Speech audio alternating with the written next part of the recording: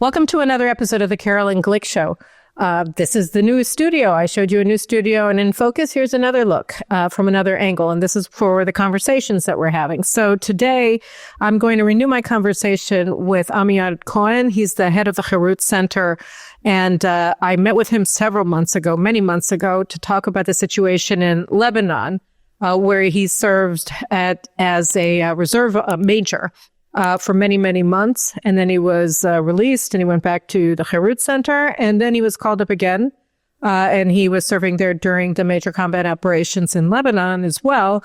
So in the previous conversation, we talked about what must be done. And essentially the very short answer was Israel has to control a security zone that goes up to the Litani River, which was much discussed also during the ground maneuver in Lebanon. And since then, we carried out the ground maneuver. We didn't get all the way to the Litani, and we agreed to a 60-day ceasefire, which now is, we're hearing all kinds of noises that it's not going to continue on. It won't be rendered permanent and it won't be extended, or it will be extended. So I wanted to talk to Amiad Cohen about the situation in Lebanon, about the maneuver, how it went, what we should be expecting in the future, and then an overall view of the war. And then just for dessert, we're going to talk a little bit about Israel's economic situation as the government is battling over the budget for 2025-6, I think, in the Knesset right now. So first of all, without further ado, Amiad Cohen, welcome back to the Caroline Glick Show. Thank you for having me again. It's my pleasure. So like I said, before, I think in the spring we spoke, and we discussed your thoughts about what has to happen in Lebanon. So far, it hasn't. Israel did not reach the Litani. We've already removed some of our forces from areas that we did seize control over. On the other hand, during the course of the last several months, from around September to late October, November, we decimated Hezbollah's leadership. We killed Nasrallah. And we uncovered massive amounts of arms along the border with Israel, where they were poised to invade and conquer the Galilee. So let's just start. Give me your assessment. Where are we? What have we done? How are we doing? So first of all, we spoke the night of the debate between Trump and Biden. Yeah.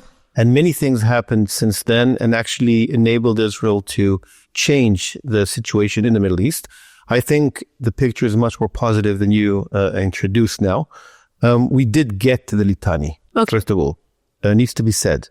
I think what happened, first of all, what changed since the previous conversation was an opportunity that Netanyahu saw to take advantage of the lack of a sitting president in the White House between Kamala Harris taking lead as the Democratic nominee for the Democratic Party running for office, and Trump. So he can get into conflict in front of Biden without being seen as interfering in the presidential race, in the elections. Mm-hmm. So a couple of days after Trump actually destroyed Biden, and Biden basically was announced that he's not running again, we attacked the Houthim, then we killed Hania, then we killed Nasrallah.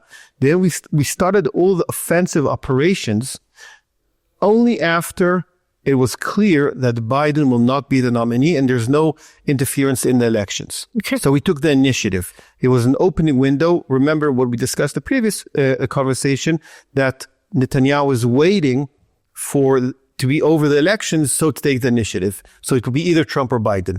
That window put the schedule a couple of months earlier, before October, it was like September, August, okay, till today. So that was the opportunity that Netanyahu took. Between August and November, Israel went to the offensive with special ops in the beginning, with the pagers, with all the assassinations, attacking the Houthim, things that he would never done with Biden as real president and running for office. What we did do in Lebanon. So first of all, the leadership, we annihilated everything. The pager attack destroyed all the military leadership of Hezbollah. It's the 3,000 leaders who had the pagers, they were destroyed. So all the structure, the commanding structure of Hezbollah was destroyed. That opened the field for Israel to take the offensive and penetrate Lebanon or Hezbollah territory until the Litani. I was there. I spent between June and November most of the time inside Lebanon, on the border or inside. And what happened is as follows. It needs to be told the story about what really happened there. So first of all, there's a biblical story about a king, a Syrian king that came to Israel, and he left the camp, and the people from Jerusalem went out and saw the Syrian camp with everything, and the coffee still boiling. That's what we found in the Lebanese towns that are 2 kilometers from the border. I'm talking, I spent places from the east to the west. I saw these places. They were all empty of population, empty of Hezbollah operatives, almost empty. There was some squads of them, some platoons, but not important, insignificant, definitely not what we thought would be there. And an unbelievable amount of ammunition. But wait, just so I understand the scene. So you're saying that when you were walking into Hezbollah strongholds, whether underground, above ground, whatever, it was clear that they had fled ahead of your arrival. Yes, we call it the 95% of the population was evacuated. 95 depends, and the people who stayed were obviously Hezbollah operatives. What happened in the period between, let's say, March till July, August, when we started the ground invasion to Lebanon, we were hunting them with technological capabilities, very, very interesting stuff the IDF has to strike against all these operatives. They were hunted, so their ability to strike against Israel was very limited. And then when the invasion came in, it was mostly to clean out these towns. Now, we need to call these things, the name is a town, but it's basically camouflaged army bases. Right. Every house that we went to, and we went to 95% of the houses inside the towns that we went to, had weapons, arms, rockets, missiles, AK-47s, whatever. We found them ready for everything. Now, this needs to be said very clearly. If Hezbollah would have attacked Israel on October 7th or any other date that we were not prepared for, they would have killed tens of thousands of Israelis. They would have gotten south to Haifa, and our ability to regain that territory is questioned. And if we had to go to war there, it would have taken us months, and even question if we would be successful to regain the territory to Metula and Nahariya and up to the north. I'm very, you need to see the amount of ammunition and weapons, how they were prepared for this invasion.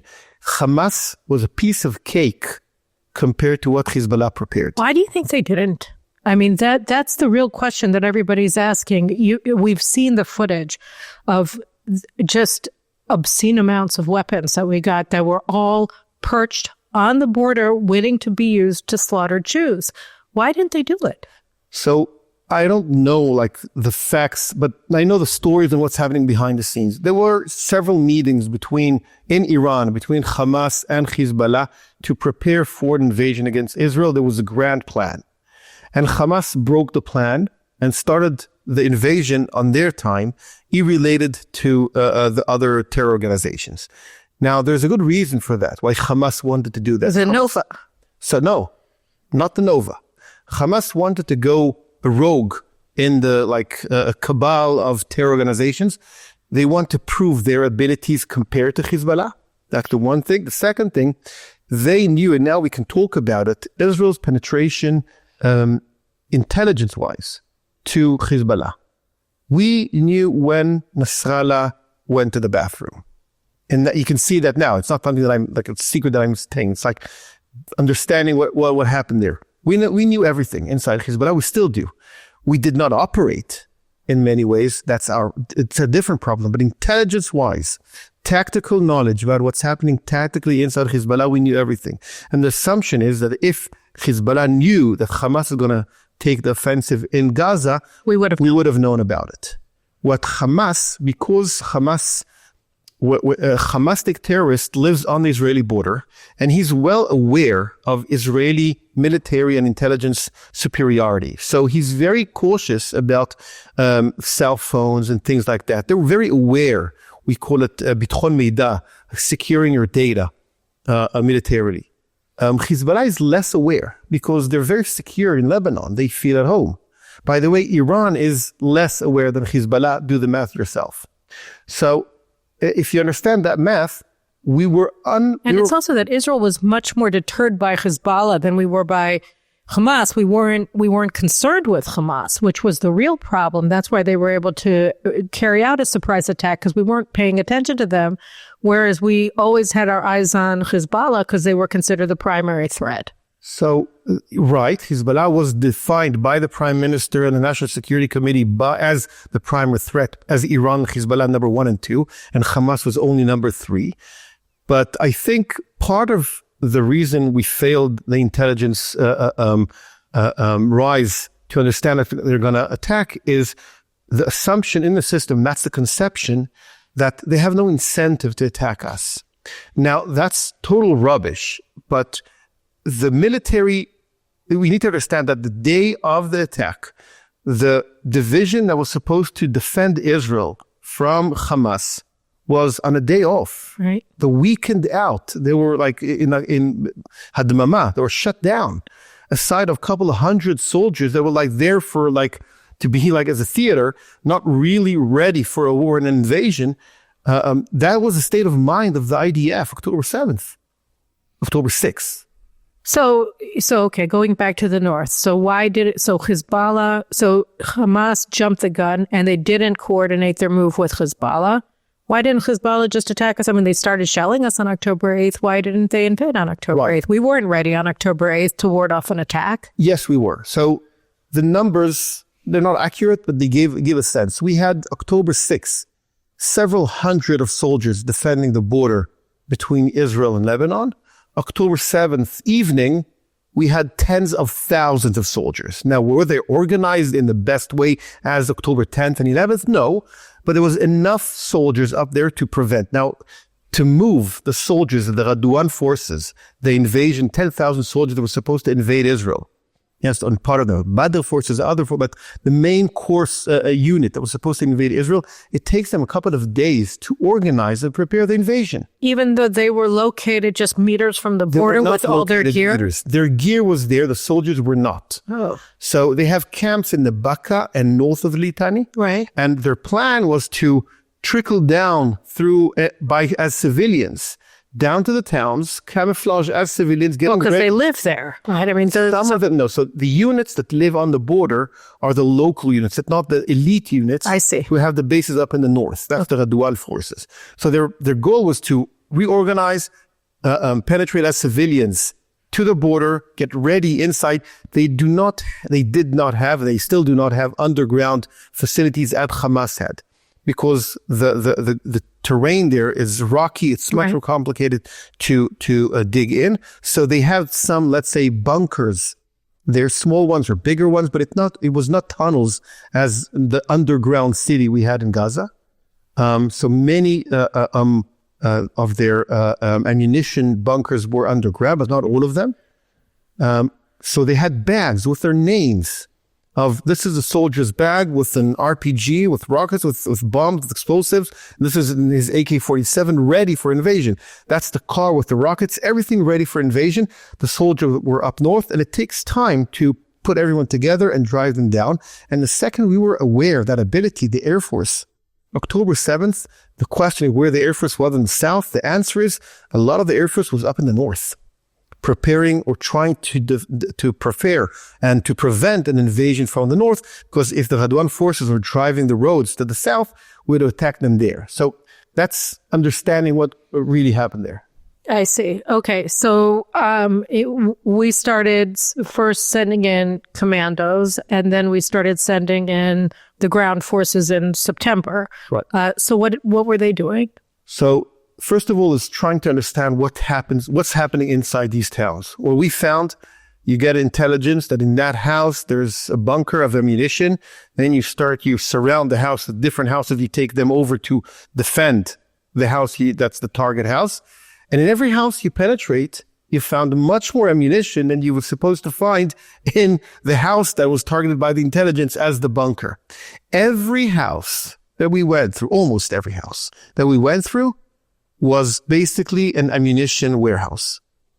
So how do you think life goes on in these towns in, normal days? Like when we have our soldiers going into these towns and they're finding everywhere massive quantities of weapons, but we also saw thousands of civilians leaving these towns when we ordered them to evacuate. So there is normal life going on. And how does that work?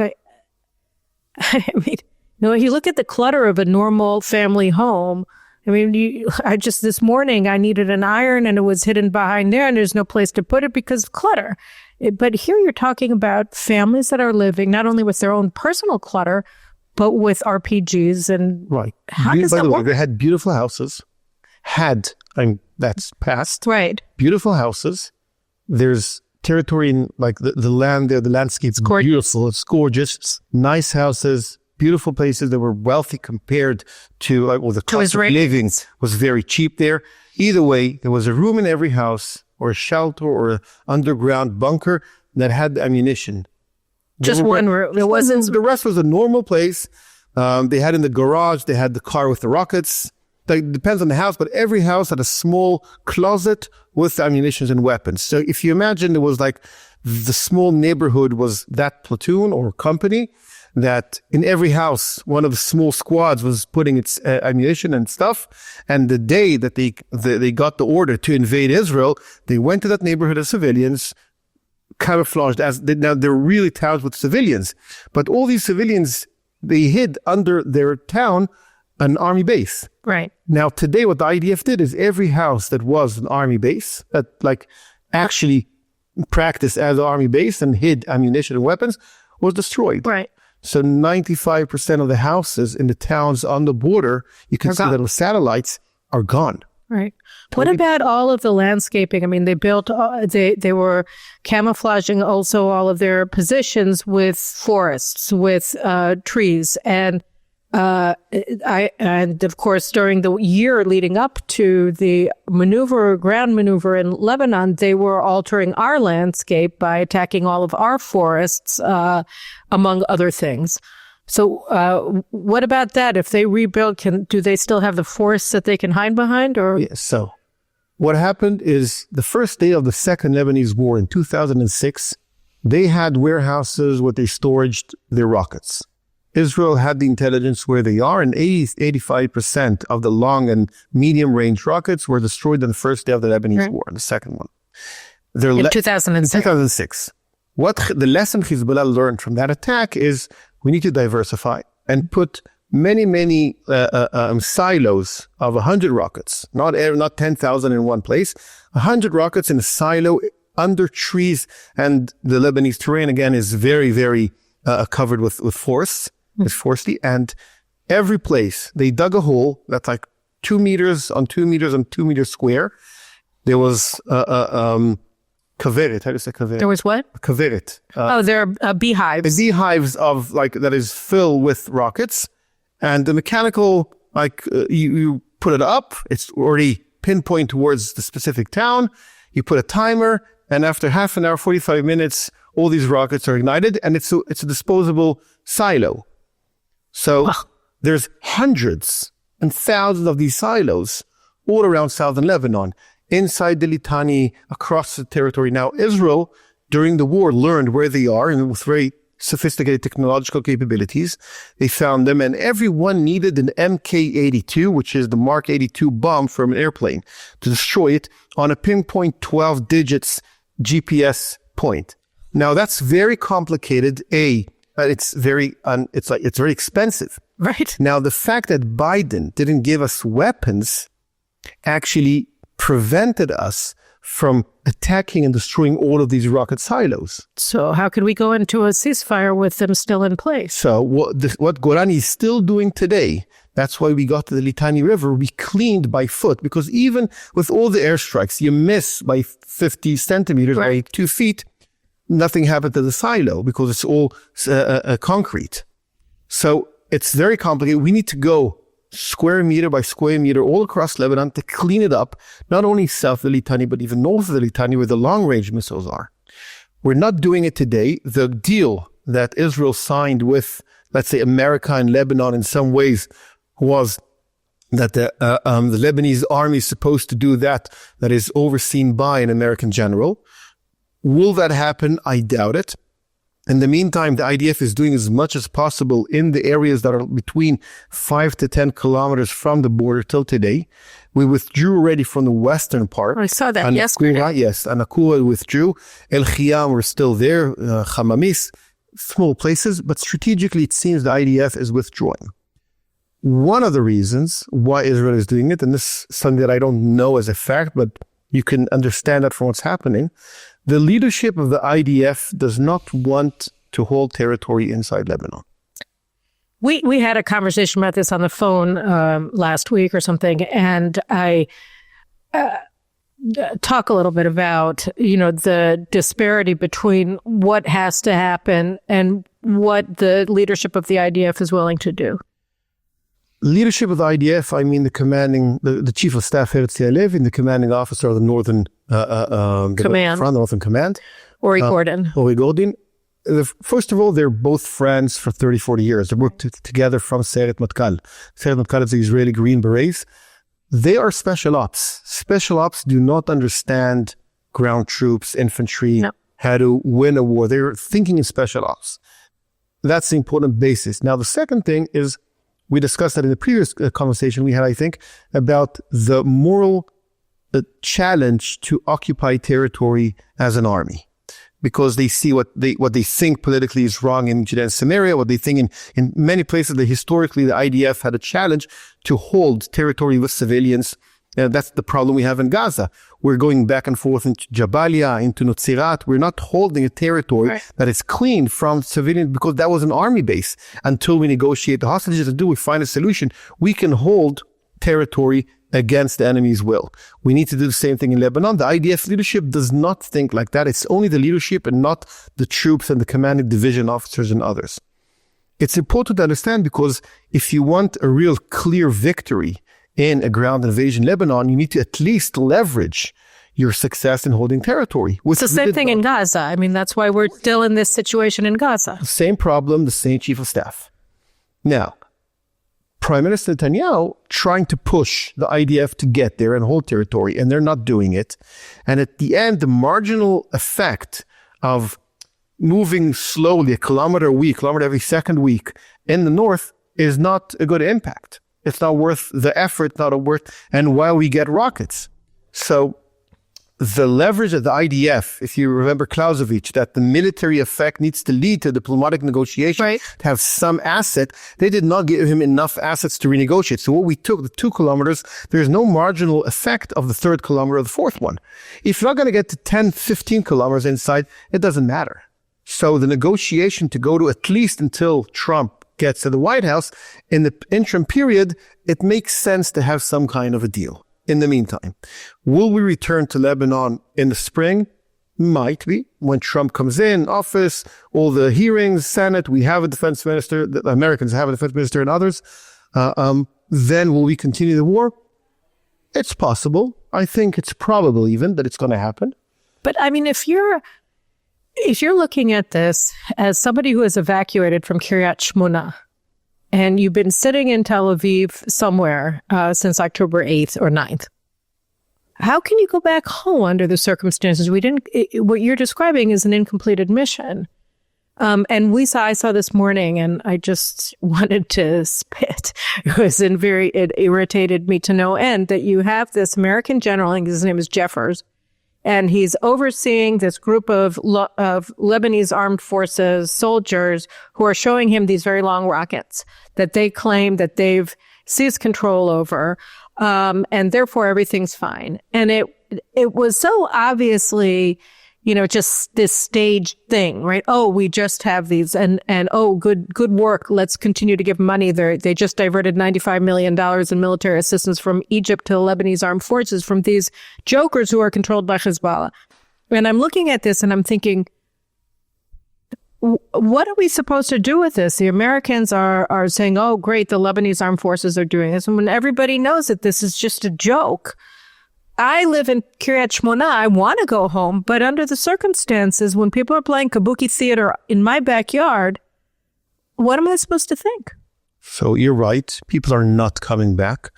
The government is leveraging financially these refugees by saying you're incentivized to come back on March. If you don't March 1st. March 1st. If you don't come back on March 1st, every month you lose X amount of the funding to be out of your town.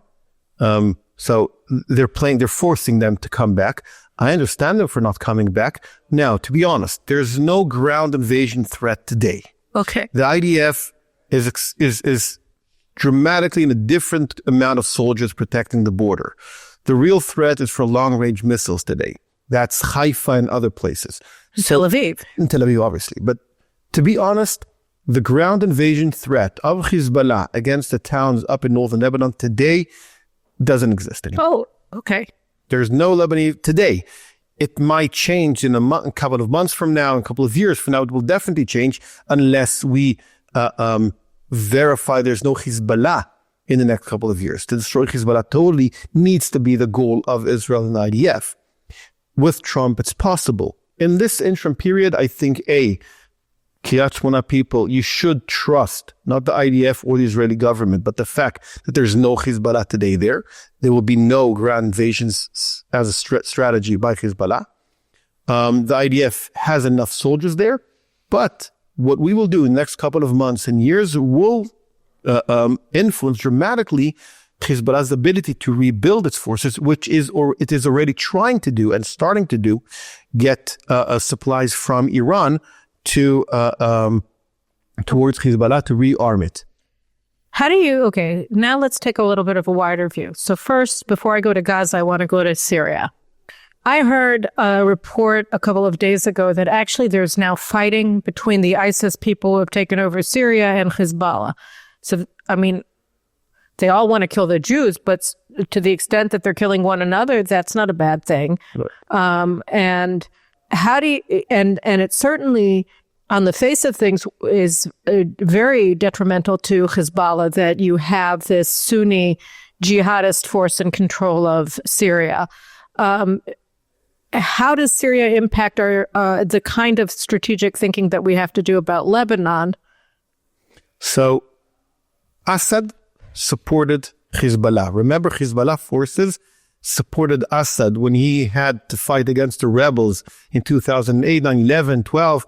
Hezbollah forces fought in... They were his ground forces, essentially. So they go together. Right. He transferred weapons from Iran through Syria to Hezbollah to rebuild them. So they're allies. Despite the fact that Assad is an Alawi, I don't know how to pronounce it. An Alawite. Alawite. And Hezbollah are Shiites. Right. Now, Al-Qaeda, which is ISIS, which is the same thing. Like HTS. It doesn't matter. They're all, we call it 50 shades of black. Right. It doesn't matter. They're a disaster. They're enemies. They're bad people. They're Muslim extreme people, which the Muslim Brotherhood are more moderate than them. But they're all extremist, crazy people. There's 50 shades of black. Exactly. Use that phrase. It's a great phrase. I love it. I'm taking it. So the collapse of the Assad regime in Syria actually put in tension the army that was on the other side of Hezbollah a decade ago. They're now retaliating against the Alawim and Hezbollah. So it's a good tension. We love that. That's good for us on the short term. Right. On the long term, they will all collide together against Israel. Right. It's just a question of patience. It's going to be a failed state Syria, the same as Lebanon is, but when there's a failed state, remember, there's one thing that happens. They all unite together against the common enemy, which is Israel. So there's need to be no calm strategy regarding to Syria. We need to be extremely cautious here. That's extremely vigilant. Vigilant, strong. We destroyed, this is an event that, like a strategic thing we did. We totally destroyed the Assad army, all the anti-air missiles, all the tanks, all the air force, everything. The Navy, everything we saw and we could throw a bomb at, we did, which is a strategic success for Israel. But it's only giving us time. Right. Time to have a geographical barrier, time to prevent the enemies from penetrating Israel in the long run and from building their own forces. The goal needs to be to destroy Iran That's the problem now today. That's the next step. Iran's nuclear installations, Iran's regime, not the country. Yes, of course. And we need to be very cautious about the influence of Syria on Jordan. The longest border Israel has today is from the Syrian border in the Yarmouk till Eilat. That's with Jordan. Before we go to Jordan, I want to go to Jordan, but I think it'll be a longer discussion than talking about Gaza. So I just first want to talk about Gaza. We lost 3 soldiers there this week. It's very discouraging. There's this feeling like, why are we still in Beit Hanun fighting? Why are we in Beit Lahia? Why are we in Jabalia? Like, why is this idea that we're going to go into Gaza City? We've already done that. So this goes to the concept of Herut Levi that refuses to seize and control territory. So what are we doing? I mean, the Sderot mayor, same thing that that the Kiryat Shmona people are saying, we're getting missiles on Sderot 15 months later. This is unacceptable. So on a personal level, the soldier that was killed this weekend was my 10th neighbor that was killed in action. What's his last name? Is Shkenazi. He is married to my a good friend, with his daughter. Hello. Yes, Lichtenfeld. That's number 10 in my town. It's crazy how many people we lost in our small town. This morning, my friend, a 40-year-old friend, who's going today to Gaza, took some military equipment that I gave him to take for his time now, his term now in Gaza, that we're 40-year-old people. We're not supposed to be in the army today, but we're all doing that, and we're honored for the right. That's on a personal level. Now on a deep strategic level, we decided not to win the war in Gaza, not to be victorious in front of Hamas, because the Biden administration forced us to separate between Hamas and the civil population at the beginning, and this is how the IDF still thinks about it. The third pillar, he will address all of them, is the hostages. So when we want to destroy our enemies, we need to define the country of Gaza is our enemy. You have 2 options: to surrender or to continue to being destroyed one by one. Because the IDF doesn't think like that, because of Herut Levi, what we discussed earlier, because Biden pushed us and forced us to supply food for the population, what happened today is they have no pressure on the civil population to rebel against Hamas. So on one hand, we're fighting some Hamas operatives in the northern part of Gaza Strip. We're fighting some of them in Rafiah in the southern part of the Gaza Strip, but there's no real pressure on the population. Right. So they can maintain and live in these tents for the next decade. That's problem number 1. Problem number 2 is the risk management of the IDF. We know where some of the hostages are. Why are we not attacking them? Because we're afraid of them dying in operation. That's the risk assessment. That's the risk management of, are we willing to pay the price of them maybe being killed in action, or doing nothing and waiting for the negotiation? Because of the IDF strategy to prevent or be risk averse in the operations to take out hostages, we're not attacking some towns where they are today. So we have a strategic problem. We're cuffing our own hands in risk management and not trying to hurt the civil population, and not trying to hurt the hostages. You can't win a war like that. Yeah. The war needs to be full scale to win, destroy everything in our way until they surrender. And it's not just food that we're bringing them. I think it's important to note is that we're supplying them with electricity and fuel as well, so that from a military perspective, those are in some ways even more significant than the food and the water, because that's what allows them to continue to fight. Right. And all of that is the Biden administration's demands. The one more thing they need is soldiers. Right. And they're recruiting more. Recruiting more and more because they have nothing to do. They're bored now because there's no real thing happening in Gaza.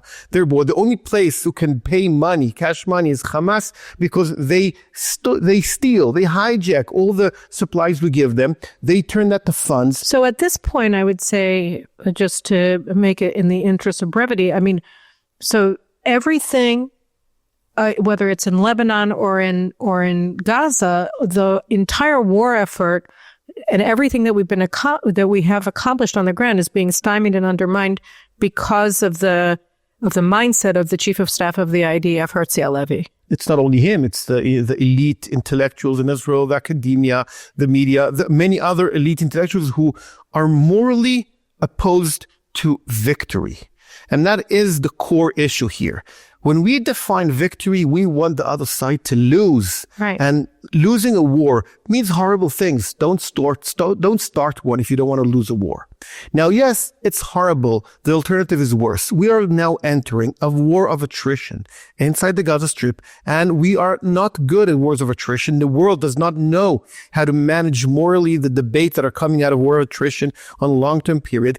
It's going to be a real problem. And the weakness of Netanyahu for not firing Herut Halevi and appointing someone else reflects on the managing of the war. The weakness of Netanyahu not firing Ronen Bar, the head of the Shabak, that reflects on his ability today to go against Netanyahu, and he has a politruk, like one of his people sitting with the committee. Now, the general audit of the government is verifying what happened inside the IDF, and there's always near the officer that has been interviewed a commissar of Herut Halevi to verify that he doesn't say anything against the chief of staff.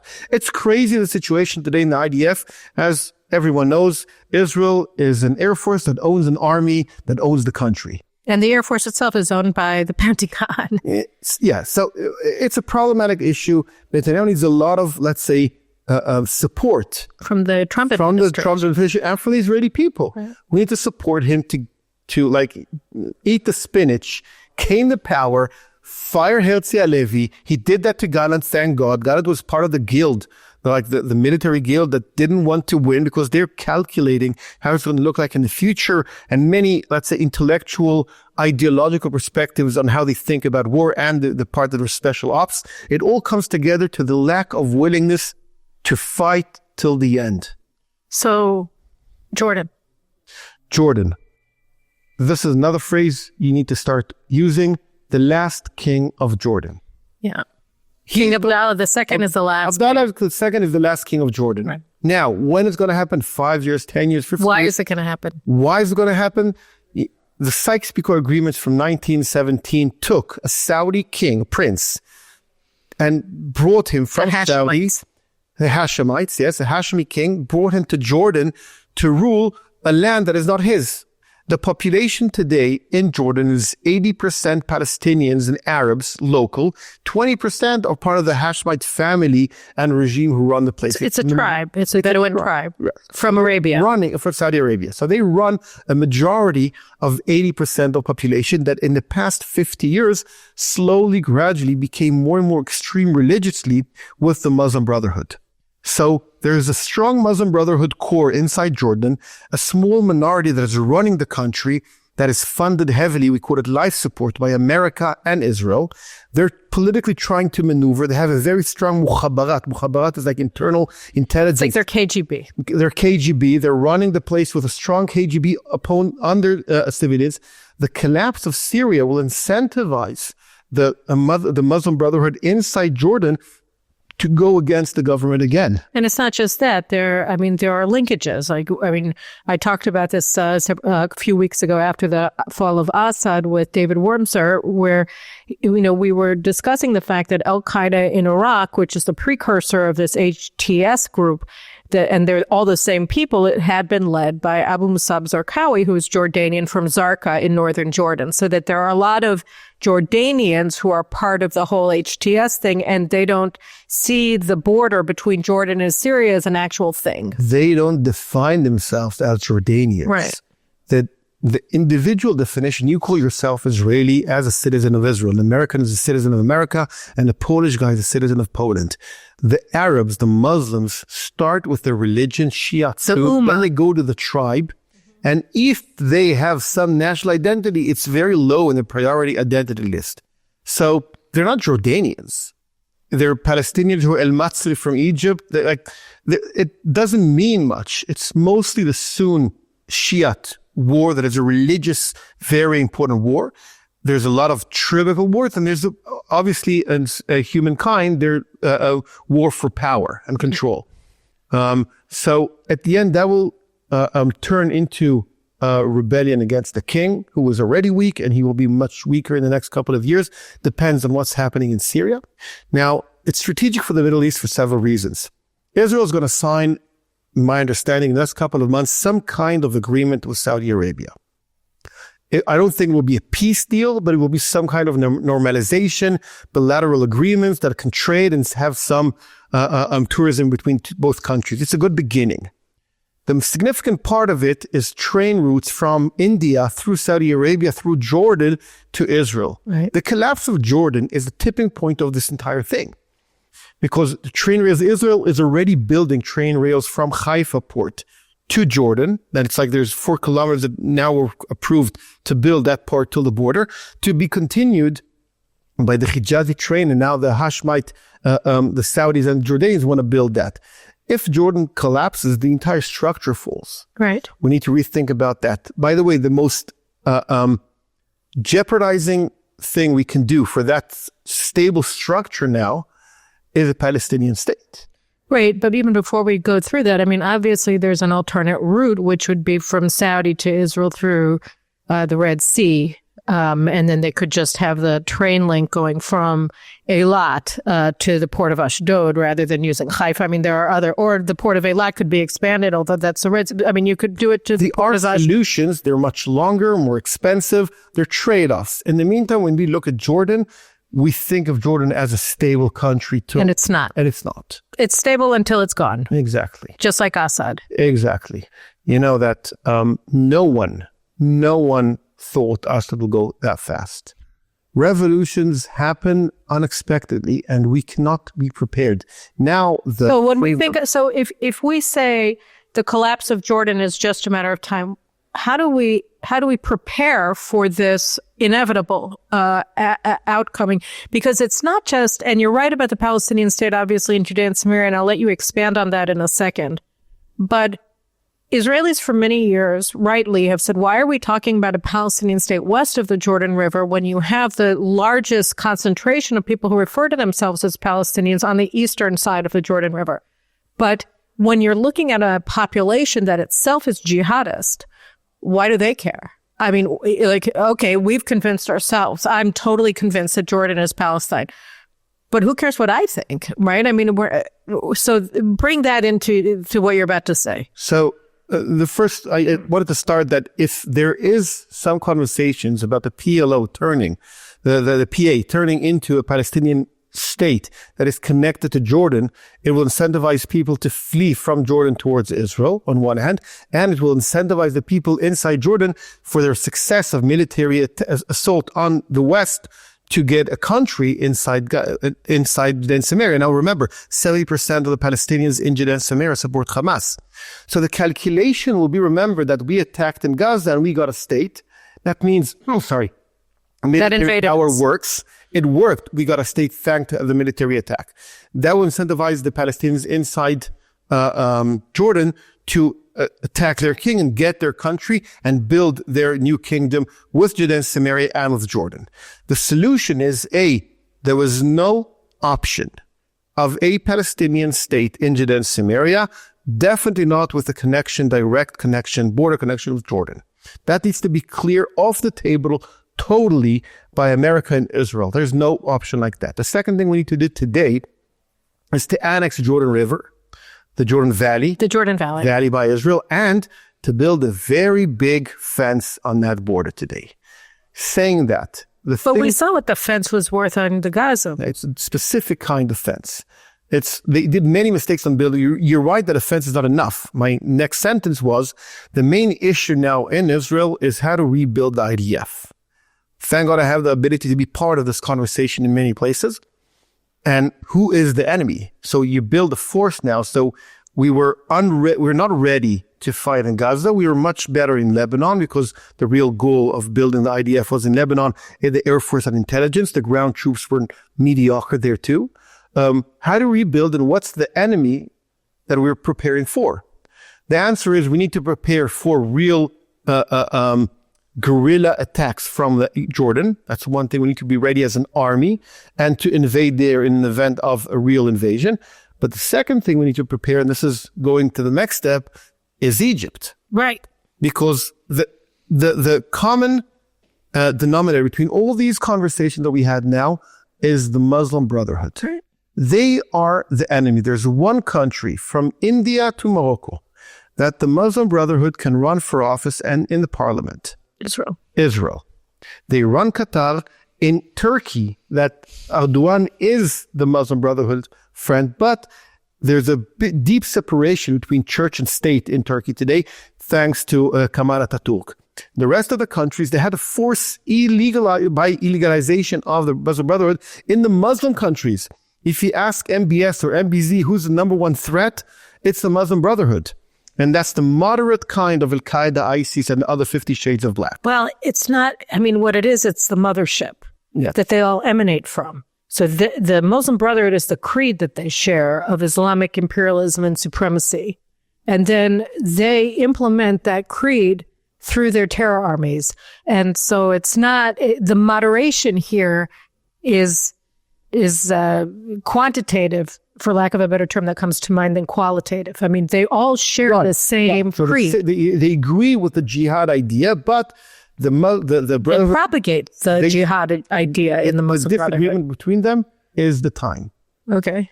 The Muslim Brotherhood says we have time, have patience. Al-Qaeda, Zarqawi went, the excuse said we don't have time, we need to do it now. The Americans, let's say the West, can conceive Zarqawi as an enemy because he's trying to attack you now, ISIS. We understand ISIS is an enemy. There's no real difference philosophically, theologically between the Muslim Brotherhood and ISIS. But the only thing that they say, we have patience. And that prevents the West to define them as an enemy. The Arabs understand that, and they do define them as enemies. So Egypt, we had Morsi as the president of Egypt. Morsi was a Muslim Brotherhood. Egypt has a modern army.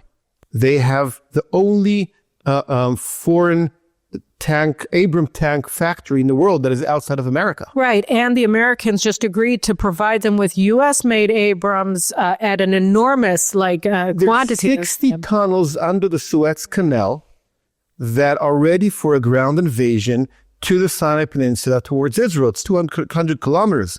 It's a lot of driving, but they're ready. They have oil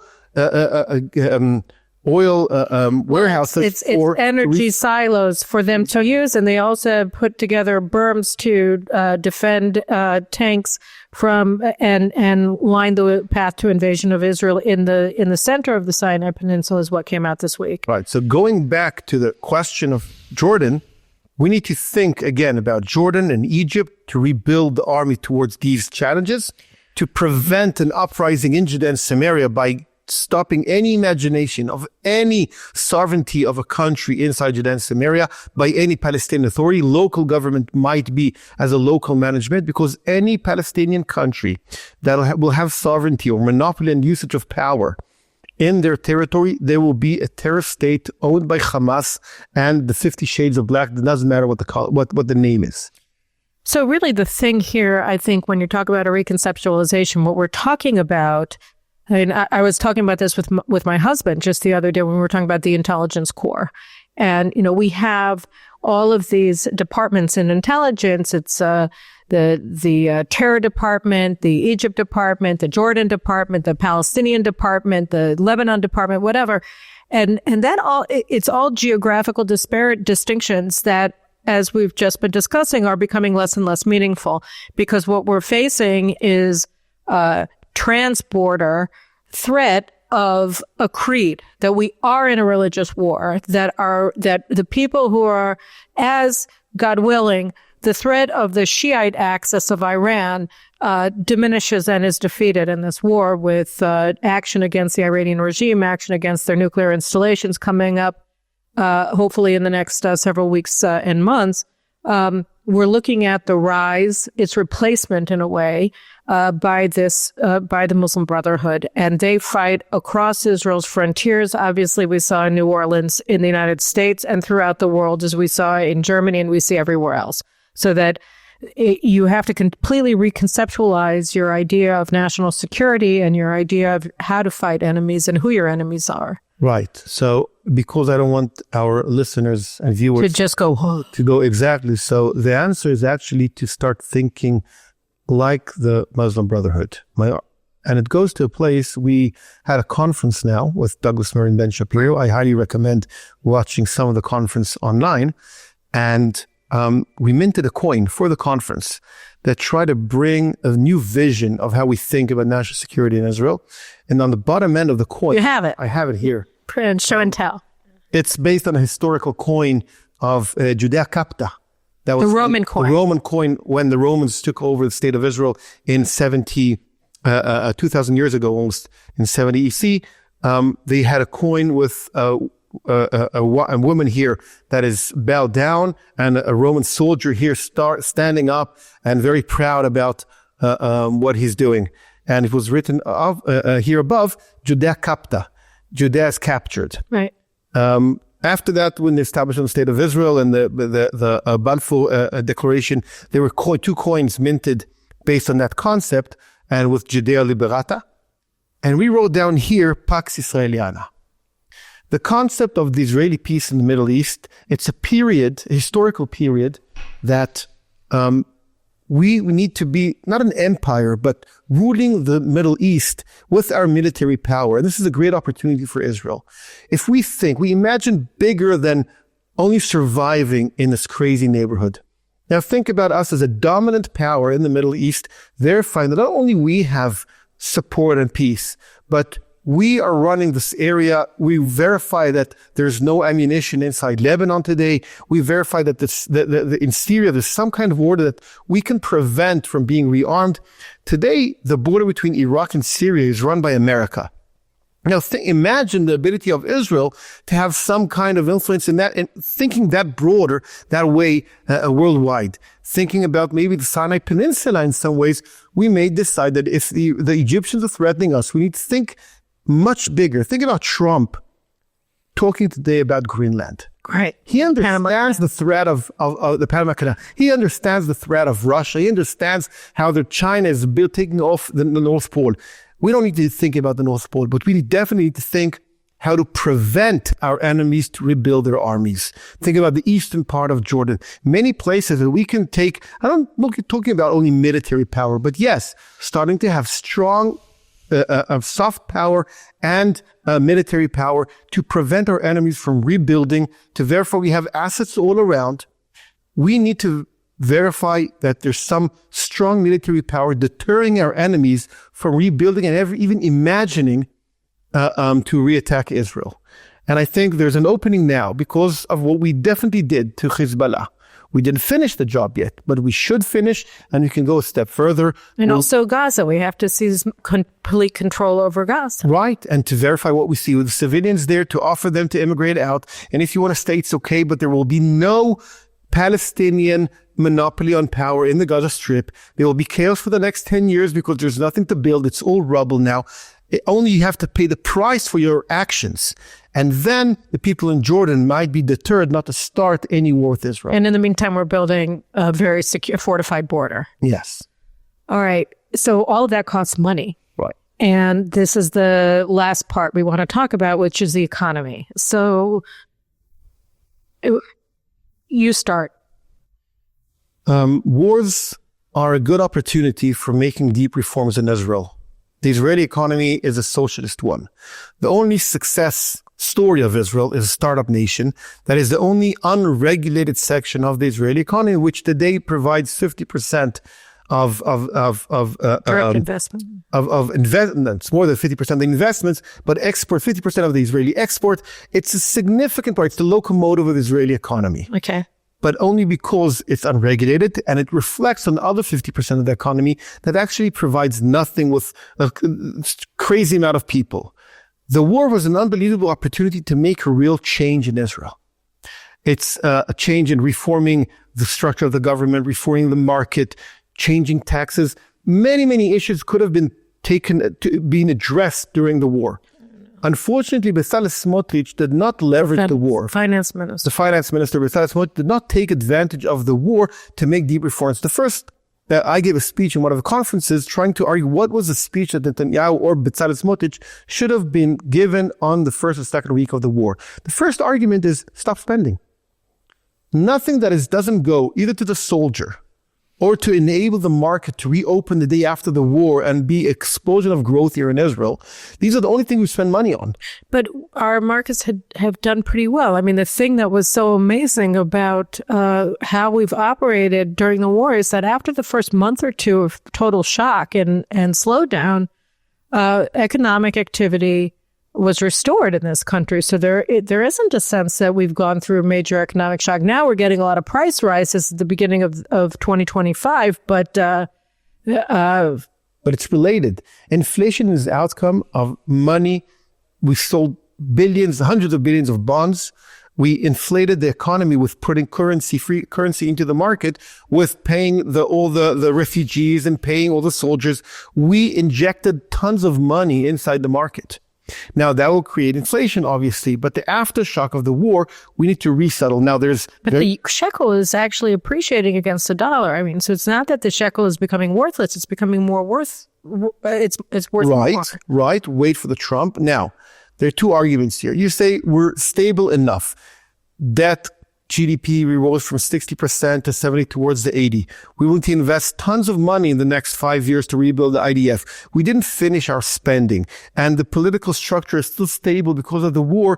It will be a lot of turmoil politically now towards the end of the war with a lack of trust of investors. Now, the boom after the war would have happened related to what we would have been doing during the war. Now, we will be happy with 4% growth in 2025. Imagine 8. We could have gotten to 8% growth. The Israeli GDP per capita today is $53,000 per capita. The American one is 82. Yeah, but that's still higher than Germany. I mean, we're doing quite well. I don't want to compare myself to Germany. I can't believe we're above Germany. We can definitely be above Germany, definitely thanks to the high-tech sector, but we have the human capital. Right. The human capital is prevented by crazy high taxes. This is like a Jewish syndicate, so I can talk about comparison between the Israeli GDP per capita that projects some kind, the level of living in Israel compared to the Jewish American. If you compare yourself to American friends, their GDP is 4 times what we have in Israel. They're not much more talented than us, but America is a bigger state with a better economy, and Israel can be much better than America GDP per capita. We can get to $80,000 and $90,000 per capita thanks to our human capital, but we're preventing that from happening because of the government, because of the taxation structure. They're now announced the crazy restructuring the tax for corporate taxes. They're doing so many mistakes. We have a very big government. We need the DOGE, yes, the Department of Government Efficiency. We need to do that in Israel today. We have to take the war as an opportunity. Elon Musk is taking the success of Trump as an opportunity to do that. We have to lead that. Israel's potential is much higher. We always think about Israel as a poor country in a poor region that is unable to get the success. We destroyed our enemies. We will continue destroying them. And our potential economically is to rise to the top 10 countries in doing business and the top 10 countries in GDP per capita. Well, I think it's a lot of food for thought. And I think you're right. To me, as somebody who isn't focused on the economic aspect of policy, I think it just feels like we were so overwhelmed from a military perspective, from a national security perspective, in the months after October 7th, and really in the past year, but certainly in the first 3 to 6 months after October 7th, that it feels like it's just like a cluster bomb. Like we're supposed to also worry about how to deregulate the economy in the middle of you may be right, but I just can't even see how that computes with where we were nationally at the time. So the question is now when we're dealing with this budget debate in the Knesset, you're saying that they're reinforcing a bad situation. They're making it worse. They're exacerbating a bad situation with the policies that they're making. Why are they doing that? There has to be some rationale behind it. 3 basic reasons. One, the political leverage that the ultra-Orthodox parties have on the government that prevents reforms. B, the state of mind of 90% of the Knesset members, if not 100% of the Knesset members, they're all socialist or Keynesians. No one is a real libertarian. We don't have a Javier Milei in our parliament, not even close. The third reason is that's the state of mind of the Minister of Finance. There's many conversations now with, if you go to Twitter, you can see Eli David or Michael Eisenberg debating against the finance ministry regarding the new taxes in Israel today. And the basic argument was, let's have a conversation. So they had a Zoom call and they went to a podcast to interview and explain themselves. And they're talking nonsense. Like, we need to find somewhere where the money is. We're going to unrealized gains, or we're going to force you to realize them, and we're going to tax them. That's dumb. That destroys anybody's desire to have their corporation located in Israel. Right. And on the first degree, you gain maybe some percent of money. It's wrong. But in the second degree, you will flee all the investors from Israel. All the companies will be... I mean, that's the basic argument against high taxes, whether it's corporate or personal or whatever. You know? Now, it happened to Norway a couple of years ago on the Laffer curve. And I'm trying to get him to Israel now, Professor Laffer, to come and articulate. We're on the far lower end of Laffer. Our taxes are so high that we're losing money because everyone has an incentive to hide their taxes or play the system some way to lower the amount of money they're paying for taxes. We could do much better. We have to have a positive vision of the state of Israel, not only militarily and economically, but the phrase that the generals know about, that if a good general talks about tactics, a great general talks logistics. That's the phrase in military thought. The same thing in this war. Good generals talk about winning the enemy. Great leaders talk about how to rebuild the country the day after and building the economy in the best way. Because at the end, you need to fund your country and to fund your war. And if you want a big army addressing the Egyptian challenge and addressing the Jordanian challenge, the Syrian and the Lebanese one, even if we succeed in many ways in the war, we need to invest not 3.5% of GDP in building the army, but 5, 6, 7, and 8%. Right. Of GDP. We need to expand our GDP. We need growth. There's one thing that creates growth, a clear structure that enables the entrepreneurs to build and create. And we have the human capital.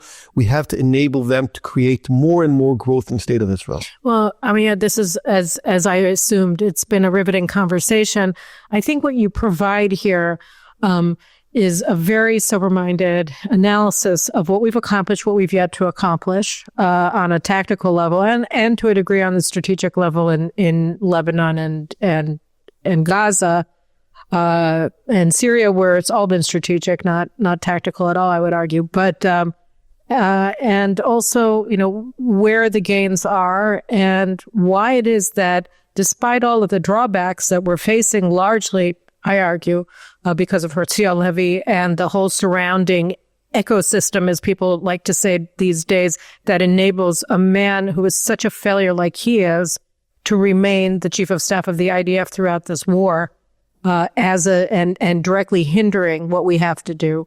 But that with Trump coming in and the cavalry coming, not in the sense of American military forces coming to help us, but in the sense of not having a hostile government in Washington that's trying to overthrow the government and empower all of the detrimental forces in positions of power today.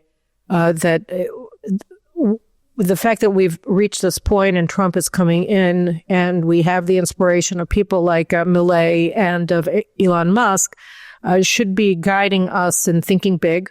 This is a time to make big bets and to move forward boldly, because things are changing in very dangerous directions, but we can handle them if we take the kinds of steps strategically, economically, and sociologically that are required to do so. So I think that's